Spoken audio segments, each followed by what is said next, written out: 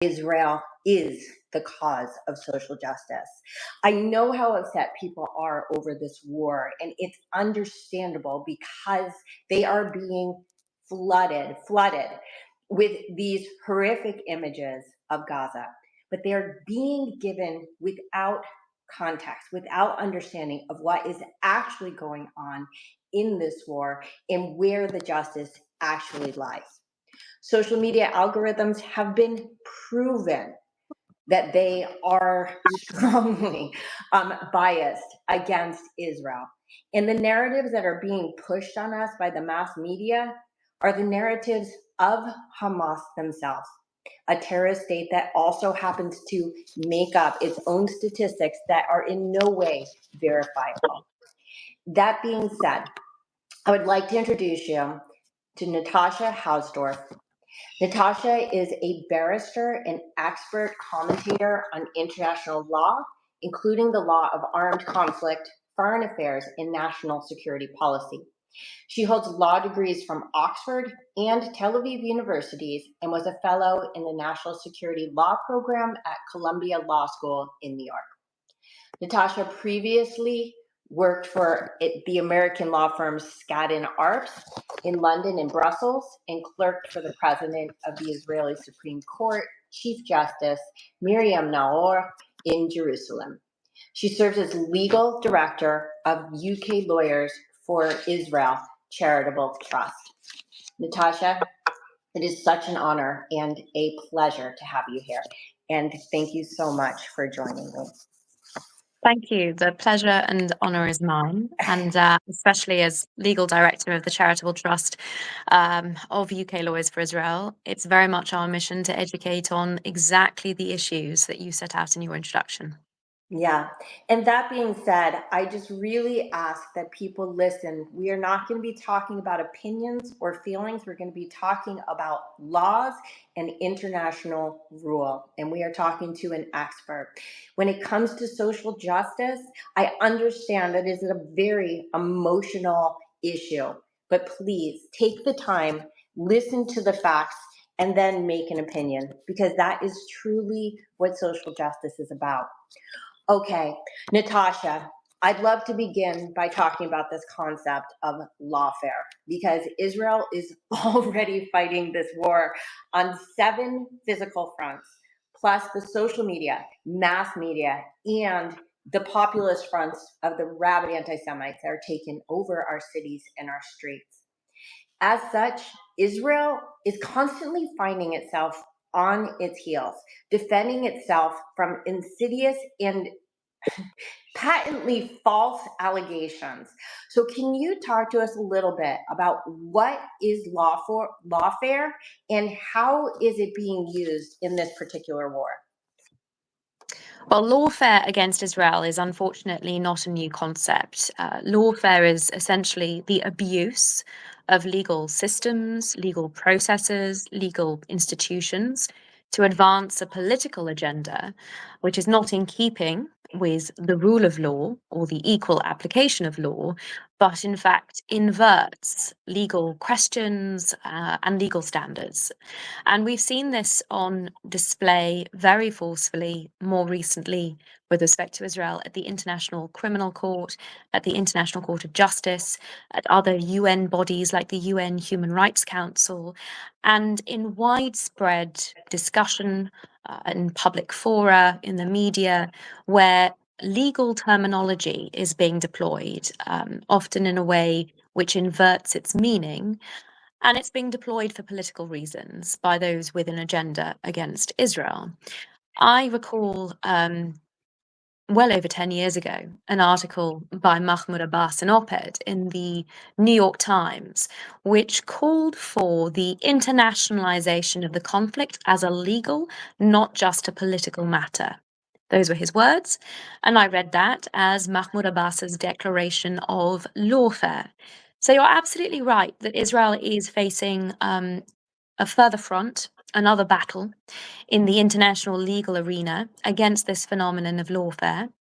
And the reason it's so pertinent to Israel's ability to conduct this war against Hamas and other Iranian proxies, Hezbollah, also the Houthis in Yemen, The reason it's so critical is because it inevitably has a direct impact on Israel's ability to defend itself and its citizens. And we have seen this in the rhetoric that has surrounded many of these lawfare initiatives, both at the International Criminal Court and at the International Court of Justice.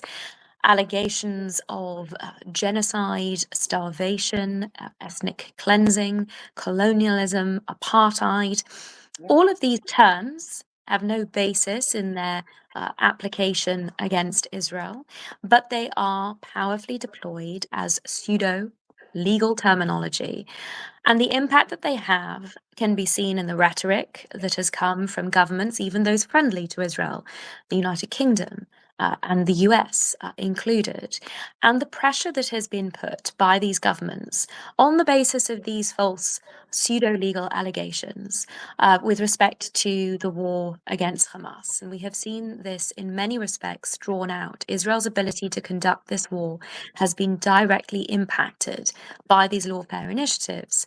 And we've seen this playing into the hands of Hamas, because Hamas only have one aim in the present circumstances, and that is to survive. And the way they do this is by shaping the international discourse and the lawfare terminology around what is happening in Gaza at the moment. They do this by seeking to drive up the casualty count as much as they can. And you are right that the Hamas figures certainly cannot be trusted. These are put out by an internationally prescribed terrorist organization, but they are taken as read by many international organizations, by many media institutions, and even by some governments. Yeah. And this plays into the hands of Hamas in seeking to drive up this casualty count that they have put out and drive the agenda of these allegations against Israel in order to have international pressure on Israel to cease its war against Hamas. Yeah. And I want to go over these allegations one by one because people blob them together and there's literally no deference to actual definitions or facts. And on the man on the street level, I understand because they like who's going to take the time to research this the way that you do or the way that I do because I really care about this when you could just see the image and say dead people bad, end of story. I mean, I do want to get back to the broader sort of issues of the ICC at the end of this discussion and why they don't seem to defer to these definitions and laws because the fact that they seem to be creating their own legal standard that doesn't even adhere to their own legal standard, as John Spencer calls it, triple standards. They're not even double standards that are only levied against Israel. I do want to just sort of break this down. And before we do, Natasha, can you briefly go over not just what this ruling meant for Israel, because this is another thing that's just so amazing. All anybody's talking about is what this means for Israel. But in fact, they also ruled on Hamas. In fact, the first part of the opinion was against Hamas. But nobody wants to hear this because nobody cares that Hamas happens to be I don't even want to say far bigger because what Israel's doing is not war crime, but what Hamas does, everything they do is war crime. So could we talk a little bit about what the judgment means and doesn't mean for both Israel and Hamas? And can we talk about Hamas first? Well, I think the first thing we need to do is make sure we're talking about the same legal proceedings in the same court. Okay. And again, terminologies are being wrongly deployed, and it's often on purpose, but there are many, understandably, non-lawyers getting confused about what a decision is, what a judgment is, what an opinion is. Okay. So the most recent development at the International Court of Justice has been a non-binding advisory opinion that was Friday a week ago. And that opinion didn't deal with Hamas at all. This was an opinion sought in the context of a General Assembly resolution. So the General Assembly asked the court to give a legal opinion on a series of allegations that it levied against Israel, breaches of international law that it alleged. But it Sure. didn't ask the court actually to examine those allegations. It simply asked the court to take those allegations as a given, including the violation of the Palestinians' right to self-determination. And rather than analysing what was alleged, it simply asked the court to say, what are the legal consequences of Israel violating international law in this way? Now, in this context, we're not looking at the creation of a new legal standard here. We're looking at the subversion of legal standards. The allegations that were made against Israel were baseless, but they involved an invention of history, an invention of law, certainly, but an inversion of the sort of victim-perpetrator analysis here, because we see Jews in particular, Israel as the Jewish state, being blamed for the very crimes of which they have been victims. Exactly.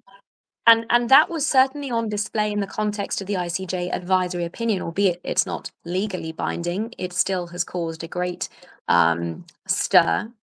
And Sure. in that, Yeah, no, I was and actually speaking more specifically about the ICC with the arrest of warrant, course. the allegations. Yeah. So there we don't have any judgment yet. We don't have any decision, but what we do have is an application by the prosecutor of the International Criminal Court for arrest warrants against the arch Hamas terrorists, including Yahya Sinwar and Mohammed Daif, and also against the Prime Minister of Israel, Benjamin Netanyahu, and the Defense Minister, Yoav Gallant. This is clearly, even to a layman, an abhorrent equivalence for anyone to draw. Right. But there are serious problems with an international court, and the International Criminal Court has jurisdiction over individuals, not states. Right. But it doesn't have jurisdiction in this case. The International Criminal Court is what we call a creature of statute. It was established through a convention that was entered into by states called the Rome Statute, and that sets down the rules of the court and the jurisdiction of the court in relation to each of the states that have become members of the International Criminal Court. Israel never became a member. The United States didn't join either.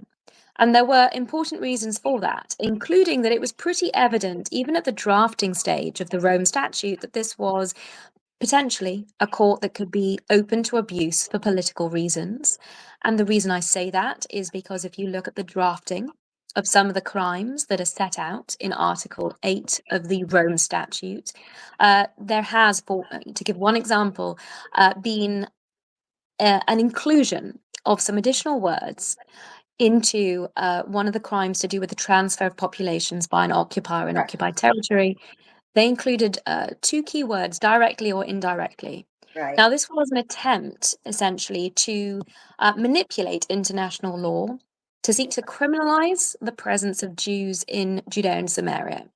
The idea that Jews cannot live in certain parts of the world simply because they're Jews could be, I would suggest, morally abhorrent to any individual that subscribes to the principles that you set out very effectively and powerfully in your introduction. But this is exactly what the court was seeking to do. I mean, we can go into the many reasons why it is still not successfully able to create international law in that fashion and to suggest that there is some illegitimacy attached to Jews living in those areas in disputed territory. But putting that aside, Amazingly, though, Natasha, didn't they try to use, I mean, I know they did, that same displacement theory that because the IDF was actually trying to relocate people to safe zones, that they tried to say that that was the forceful displacement of a population and that that was a war crime, rather than say leaving them where they knew that there was going to be mass bombing and therefore casualties if they did not move them. I mean, talk about an inversion of reality. that was one of the allegations that was made. It's also been Egypt's justification for its failure to comply with its international law obligations, and I would also suggest basic humanity in facilitating the evacuation of civilians across the Egyptian border into Egyptian Rafah, Right. where they could be provided for in a safe humanitarian zone away from Hamas. The Sure. alternative of Egypt sealing that border to anyone who's not able to pay extortionate sums to be able to evacuate themselves. Egypt sealing these individuals in so that they can continue to be used as human shields by Hamas, which has been firing only in the last few days from within the humanitarian zones that Israel has set out as safe areas. So Egypt is also complicit in the Hamas Sure. strategy here. And it is something that Israel, as a state, finds itself very hamstrung in being able to call out, because there is a very delicate peace agreement with the Egyptians, which they have threatened essentially to tear up if any issue is made of seeking to facilitate the safe passage of Gazan civilians away from Hamas and into the Sinai, where they can be properly looked after, provided for, and where aid won't be diverted by Hamas, as it has been diverting international aid throughout this tragic set of circumstances. But I Yeah. think it's just important to acknowledge that the first problem with the International Criminal Court is that it does not have any jurisdiction here as a result Correct. of Israel not being a party to the Rome Statute and there being no state of Palestine under international law that Yes. can accede to the court, become a member, and give of its own jurisdiction to the court. And in fact, this was one of the issues that the United Kingdom was proposing to submit to the court on, in the context of challenging its jurisdiction to seek arrest warrants over Israelis. Because as I'm sure you and many people watching will know, it is as a result of the Oslo Accords, the Oslo process, that the Palestinian Authority was established in 1994 with autonomy and authority over areas A and B of the West Bank. But explicitly, it does not have criminal jurisdiction over Israelis. So even if it purported to become a state, to join the Rome Statute, it would not be able to give the court a jurisdiction which it simply does not have. Now, the other aspect of these international legal proceedings against Israel is that it essentially tears up the Oslo Accords. It has thrown these internationally backed agreements out of the window. It is strongly indicated to Israel that international agreements that it signs with the Palestinian leadership are not worth the paper they are written on. And it has sent a very strong message to the Palestinian leadership themselves that they simply don't need to engage in the universally accepted process of bilateral negotiations with Israel, that they can simply decide to engage in these lawfare initiatives Sure. in furthering the aim. The only aim that really seems to underscore all of these activities is to seek to eradicate Israel, to defeat the Exactly. Jewish state in a way that it has not been able to do on the battlefield, to do so in the legal arena. Sure. And I mean, I'd love to actually talk about this concept of a Palestinian state, because at this point, I mean, I think well over 170 countries or something have acknowledged a Palestinian state that has neither a government nor borders, which goes against the very concept of a state. Like there is no state.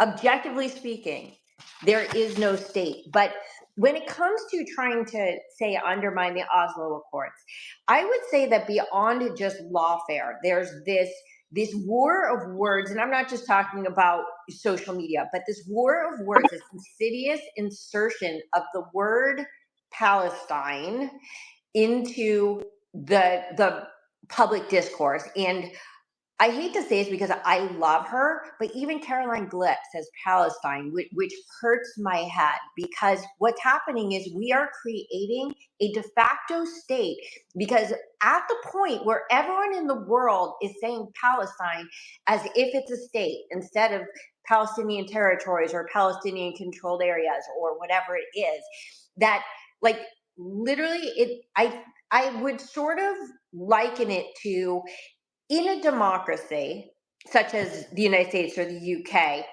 if, for example, any group were to have a large enough population, then they could peacefully take over the government just by being 90% of the population and taking over the government, right? Just voting them in. That there is a non-aggressive way of accomplishing the same things that they're trying to accomplish with aggression.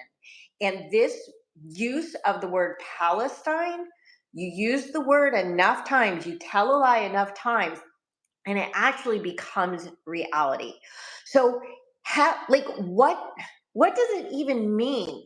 Literally, besides to undermine the state of Israel and say we don't consider you legitimate, what does it even mean to acknowledge a Palestinian state without a government or borders? Well, it's contrary to what international law says. Yes, you are absolutely right with respect to borders and government. The criteria set out for statehood, which include those two in the Montevideo Convention, have also now become part of customary international law. That is, law that doesn't necessarily need to exist in a treaty that states sign themselves up to, but that is so universally acknowledged and applied that it applies to all states. And the aspect of recognition is actually only quite a minor part of what statehood means in international law. One example, I think, of the real difficulty that the supposed legal reasoning that has been used to advance the Palestinian lawfare initiatives. One example of where this starts to unravel is in this International Court of Justice advisory opinion, which is just over a week old, where the court seeks to recognize the unity and the contiguity of Palestinian territory, and seeks to ensure that this is recognized and preserved. Those are the words the court used. Well, you and I understand what a map of the Middle East looks like. The disputed territories, the Palestinian Authority-controlled areas of the West Bank, the Hamas-controlled Gaza Strip, they are not contiguous. Right. There's a Israel little thing exists. called Israel in the middle of it. Yeah. Exactly. But it's through this sort of, legalese, if you will, that Israel has seemingly been eradicated from the map. And this is the process. I mean, we talked about some of this terminology. And of course, when you repeat these canards frequently enough, they start to take hold. They start to become the received wisdom. Alan Dershowitz spoke about this probably nearly 2 decades ago now, when he talked about the term occupation, and that this had suddenly become the received wisdom. Well, in a legal, in the legal proper application of the term, there's no such thing as an Israeli occupation. Sure. The framework of the law of occupation exists when one sovereign occupies the territory of another sovereign. The proper application of international law to the disputed territory to tell us what the status of the territory is under the rule of uti possidetis juris, in fact, tells us that since Israel's declaration of independence in 1948, the territory of the former British Mandate Palestine has been Israeli sovereign territory. Now, that was, since 49, occupied by Jordan in the West Bank and East Jerusalem, and by Egypt in Gaza. But in 1967, when Israel recovered those territories, albeit that the underlying status of the territory as sovereign Israel hadn't changed, it instituted a temporary administration in the West Bank in the anticipation that in the course of a peace agreement with Jordan, some of that territory would be given to Jordan. That was the land for peace formula that Israel was encouraged to embrace. And so that temporary administration that Israel instituted in 1967 ultimately became altered. Certainly, one could argue that in the context of the internationally approved agreement, the Oslo Accords, that we've already spoken a bit about. Sure. But none of this changes the underlying status of the territory. And ultimately, Israel cannot occupy what is its own sovereign territory. Exactly. Can I just say that just to reiterate something that you said, because I think you're used to speaking to an audience that has a little more context. That the Jews not only have indigeneity on their side. I mean, nobody can refute. I mean, even the Quran can't refute. The Jews were there for thousands of years before Islam even existed. But people don't seem to understand that in order to occupy a nation, you have to have a homeland, as you said, that you could, like, say, theoretically go back to. So I would love anybody to tell me, like, what this occupying nation, where did the Jews come from, besides the fact that and Natasha, if I'm not mistaken, your family goes back in Israel 8 generations. Is that accurate? Yeah. It does since the 1840s, but you see, the proper application of international law doesn't even require us to go that far back. There is a recognized universal rule that simply requires us to look at Israel's Declaration of Independence. That's Right. when new states come into being. It is this rule that dictates that the newly emerging states inherits the pre-existing administrative lines of whatever unit preceded it as its internationally recognized borders. So I'm not suggesting even that we recognize, the thousands of years Right. of history Sure. that the Jews have in the land of Judea. I don't even think we need to go that far. I think I we agree. simply need to stand upon the proper and equal application of international law. And I'll give you a very current example, an equivalence, if I may. We're all extremely invested also in the outcomes of the Russia's war of aggression against Ukraine, subsequent to, of course, its occupation of Crimea from Ukraine. And the reason there is a general consensus that Russia has occupied Crimea from Ukraine is Ukraine's borders also follow the rule of uti possidetis iuris. But if Ukraine were to recover Crimea from Russia in this war, in the same way that Israel recovered the West Bank and East Jerusalem, Judea and Samaria, from Jordan in 1967, I mean, do you think anyone would accuse Ukraine of occupying Crimea from Russia? Exactly. And by the way, where are the people all in the streets, like, complaining about Ukrainians fighting back with full force? There's that. The only reason that I was talking about going back 8 generations, because so many people are saying, oh, the Jews showed up in Israel in 48, or, after World War II. And it's like, well, that's ridiculous. I mean, that's ridiculous. If the Jews ever had a homeland, it was the 3 nation states of Israel that existed in Israel. I mean, they had different iterations, different names, but we've always been there, and it has been our nation state. And in fact, of course, when the partition plan came out, the Arabs were offered a state, and they issued, instead of accepting it, the famous 3 no's, right? No peace, no negotiations, no recognition of the state of Israel. So why isn't there a Palestinian state? Because the Palestinians refuse to have a state next to the Jews. And also, I do want to point out, because again, like, people, I think, believe Israel is like big bad Israel, and they don't understand that Israel is less than 1/5 of 1% the size of the Arab world. Like, on a small map, you can't even see Israel in a map of the Arab world. And that is 0.02. 0.02. Okay, you can do the math. That doesn't make sense, guys. Just write it down. It's a very small number, percent of the population of the Middle East. Like, why is everybody so obsessed with this tiny piece of land that happens to be the homeland of the Jews? That's a rhetorical question. And I think somewhat outside my area of expertise. Yeah. But one thing that I was really struck by many years ago, the late great Rabbi Lord Jonathan Sacks, former chief rabbi of the United Kingdom, talked about the evolution of anti-Semitism.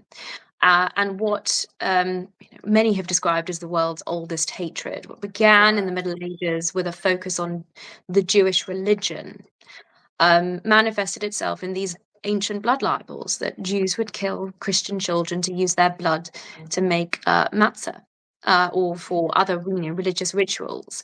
And when that mutated and the focus was on the Jewish race, in the context of science becoming the order of the day, eugenics was used in order to seek to justify that hatred. And in the context of international law and human rights taking over as the order of the day, the modern manifestation of anti-Semitism is the so-called anti-Zionism, a hatred of the Jewish state.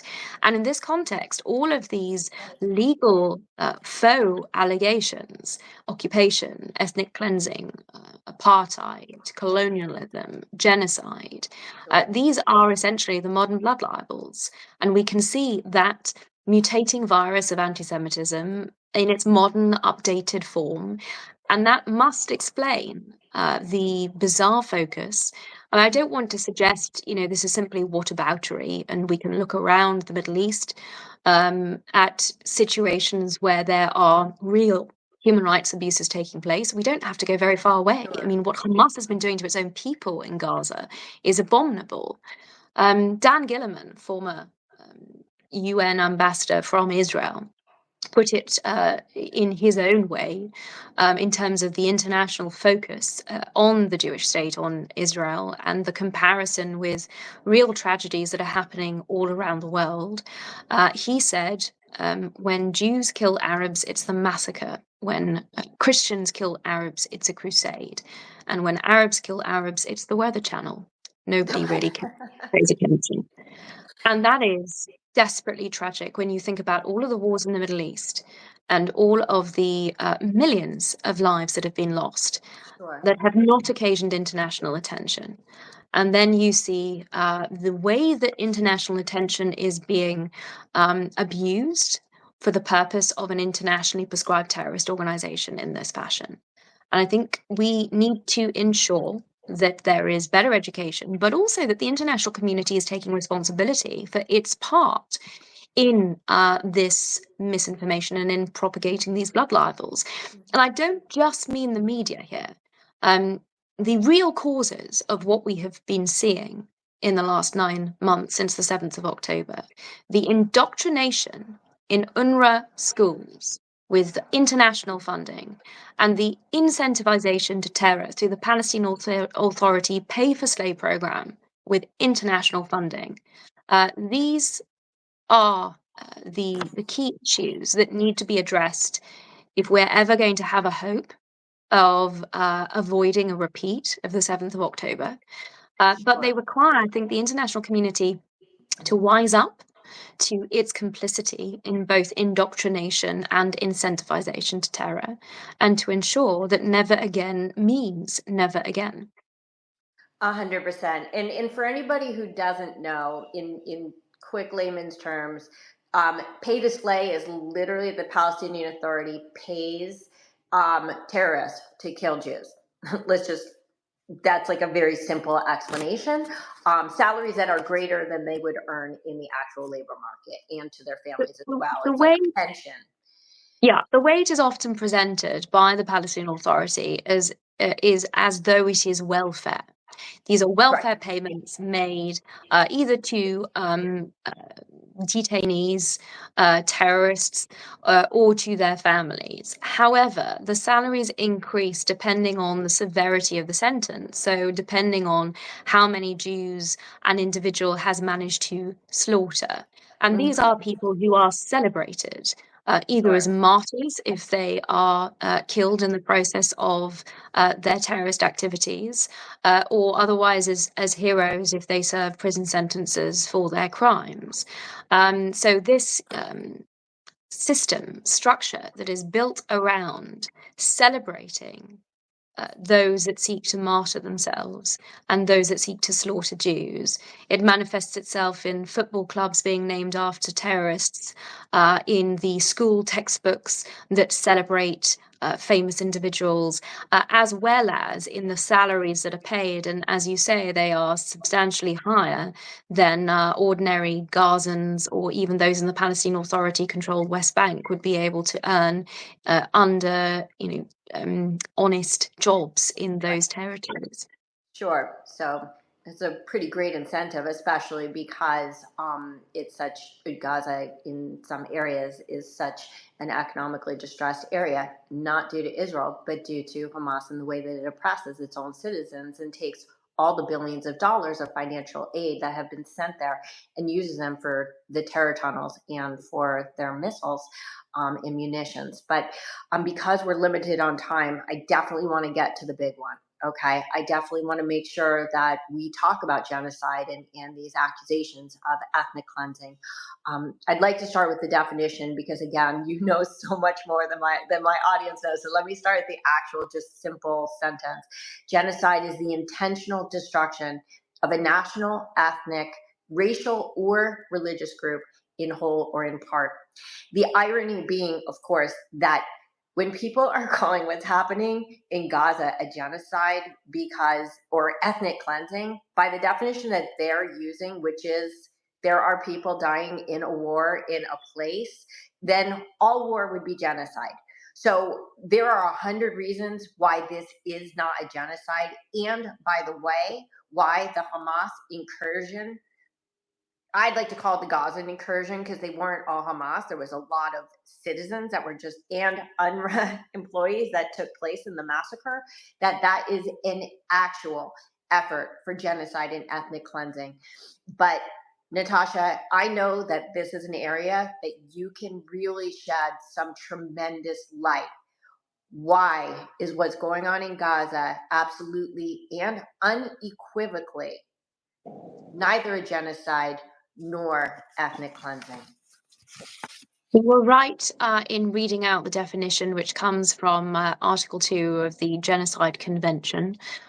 This was a term that was coined by a Jewish jurist, Raphael Lemkin, in the aftermath of the Holocaust to provide some form of terminology for the Jewish experience of people seeking to exterminate Jews because they were Jews, to eradicate a group, an ethnic, religious, or racial group in whole or in part. And that intention to destroy a group in whole or in part is at the very center of that definition and reflective of the crime that was committed against the Jewish people in particular in the Holocaust by the Nazis. You're right that the 7th of October saw acts of genocide perpetrated against Jews again, and Hamas have made no secret of their intention to destroy Jews because they are Jews. They have celebrated this, and they have said that they intend to commit those acts of genocide again and again. And you were absolutely right. There were other terrorist groups that crossed the border on the 7th, affiliates of Fatah, the PFLP, Palestinian Islamic Jihad, and, as we now know, many civilians and UNRWA employees also. The deploying of this allegation against the real victims of genocide is another example of blaming the victims for the crimes that were committed against them. It has been done with purpose. I was on the equivalent of the BBC in South Africa, ABC, shortly after the first provisional measures order in the allegations, or the case with the allegations brought by South Africa genocide. And my counterpart was celebrating. Isn't it wonderful? They said, we can now finally use genocide and Israel in the same sentence, and nobody can tell us otherwise. And that gives you, I think, a pretty strong indication of South Africa's motivations here, of seeking really to shift the Overton window, to shift what the acceptable terminology in the anti-Israel propaganda arena is. And in that respect, this case has been extremely successful in shaping public opinion, because now, if you can believe it, this question is even up for the debate. Why is it wholly untrue? Well, the measures that Israel takes to prevent civilian casualties in the Gaza Strip, which are completely unparalleled in the history of warfare, is one reason. Issuing warnings, evacuating civilians wherever possible, providing leaflets indicating safe zones and humanitarian corridors, instructions for evacuations, phone calls to individual householders, text messages, calling off strikes if there are too many civilians in the vicinity on the principle of proportionality, ensuring that it not only upholds the other rules of international humanitarian law, including the principles of necessity, distinction, proportionality I've mentioned, and precaution, but in fact going far above those requirements in terms of the involvement of the Military Advocate General Corps, the army lawyers in pre-approving strikes, and in being there to assist the officers on the ground with their proportionality assessments in real time. I mean, all of this, the level of which Israel has been upholding these rules and preventing civilian casualties is unheard of, unprecedented, and there are experienced army officers from the US and the UK in particular that have said their armies would not be able to hold themselves to the standard that Israel is setting.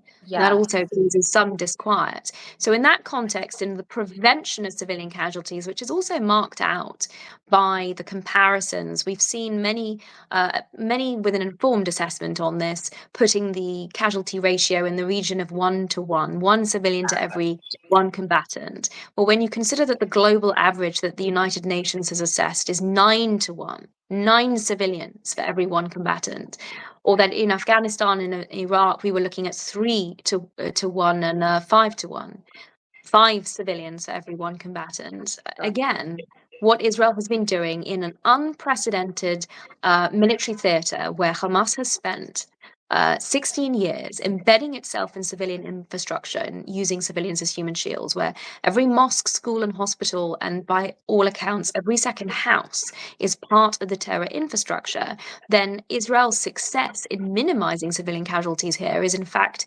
utterly unprecedented. So that is one aspect of where the intention towards genocide is certainly not made out. But we've also seen this in the context of the humanitarian provisions that Israel has facilitated into the Gaza Strip. Far in excess, in fact, of the calorie needs assessed by the World Food Programme. Despite the diversion of much of this aid to Hamas, all of these allegations or predictions of starvation have now been thoroughly debunked. And Israel's efforts and initiatives to provide humanitarian assistance for the local population, despite Hamas abusing those supplies and using them for their own terror initiatives, again indicates the levels, the initiatives that Israel is undertaking, which are far and beyond what many other armies in that position would be doing. Of course, there is a unit that is specifically set up to provide for the needs of the local civilian population in armed conflict, COGAT. And in all of these contexts, much of this actually comprised the submissions that Israel was making to the International Court of Justice to rebut and refute these absurd allegations of genocide. But at a very basic level, any government, any army with an intention to commit genocide would not be seeking to save lives in the way Israel is doing in the Gaza Strip. 100%. And because I just last week did a long talk with John Spencer on the actual warfare, I'm going to say, like, people check that out because he is like the foremost expert in America on urban warfare. You could also check out Colonel Richard Kemp in Britain, who comes to the same exact conclusions. They both have zero skin in the game. But Natasha, how do the international courts, I don't even know how else to say it, get away with perpetrating lies? Like, the UN, as you said, has formally stated that there is no famine after the investigation, that there's no famine in Gaza. In fact, over 3,000 calories a day, which I could tell you as somebody who's in the fitness world is more food than anybody should be eating in a day, is being brought into Gaza on a daily basis. The UN has already proven there is no sign of famine, and yet the international criminal courts keep saying Israel is purposely starving these people. What's happening to these trucks? The trucks are going in. They're being hijacked by Hamas. Is this somehow Israel's fault? And anything that is going on, any hunger. I don't even know what else to call it, because the findings have been that nobody is dying of hunger. There is no famine, but is caused by Hamas. How is there this constant deflection? How do they get away with literally trying to uphold the lies that the UN itself has quietly, under the radar, debunked? So this comes down to the information that is put before the court, and it has been the subject of several submissions now by UK Lawyers for Israel and some other NGOs, both to the International Criminal Court and to the International Court of Justice. And I'll just explain how that works. So with respect to the ICJ and the advisory opinion I mentioned, we pointed out how much of the information that the court was essentially seeking to base its determinations on, its opinion on, was false. The court had the same problem in 2004, where it issued another advisory opinion in respect of Israel called the Wall Opinion, which opined on the supposed legality or illegality of the security barrier that Israel had built in response to waves of suicide bombings. That opinion didn't mention terrorism. The latest opinion from the ICJ also doesn't mention terrorism and is based on shed loads of false information, fabricated material that is often manufactured by armies of NGOs that are funded in order to fabricate these false allegations against Israel. So the submission to the International Court of Justice sought to draw the court's attention to that false information and say it should not be basing an opinion on that data or those reports.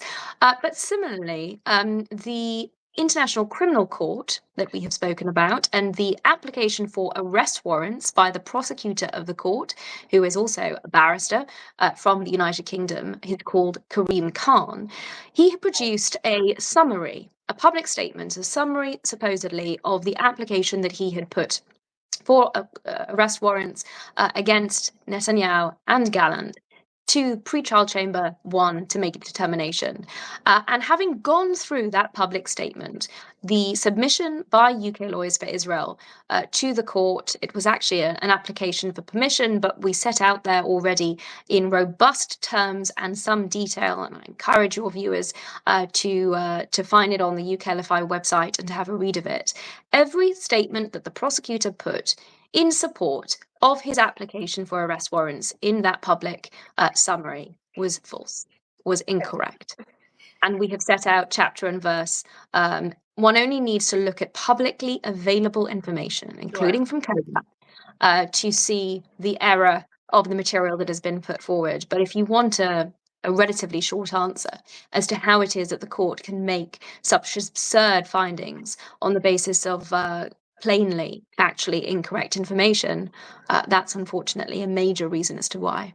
Yeah, it's really mind-boggling, because we live in a post-factual society. Like, facts simply do not matter. And I could tell you, as a lay observer, it hurts my head every day more and more to see how the propagation of these massive lies and the people who are drinking the Kool-Aid in our world that's being taken over by this rabid, also the anti-Semitism. And I'm going to wrap this up because I know you don't have a lot of time, but I do also recommend everybody, I put a whole playlist of Natasha's brilliant talks in the description below. I also recommend, I'll try to remember to put in the link, that you check out the Monk debate that she did with Douglas Murray, which they won, proving that modern day anti-Zionism is anti-Semitism. That being said, Natasha, you have been so incredibly generous with your time. I'm going to ask you one last, you can make it as short as you want to, question. What message do you have for anyone who is standing against Israel today in the name of social justice?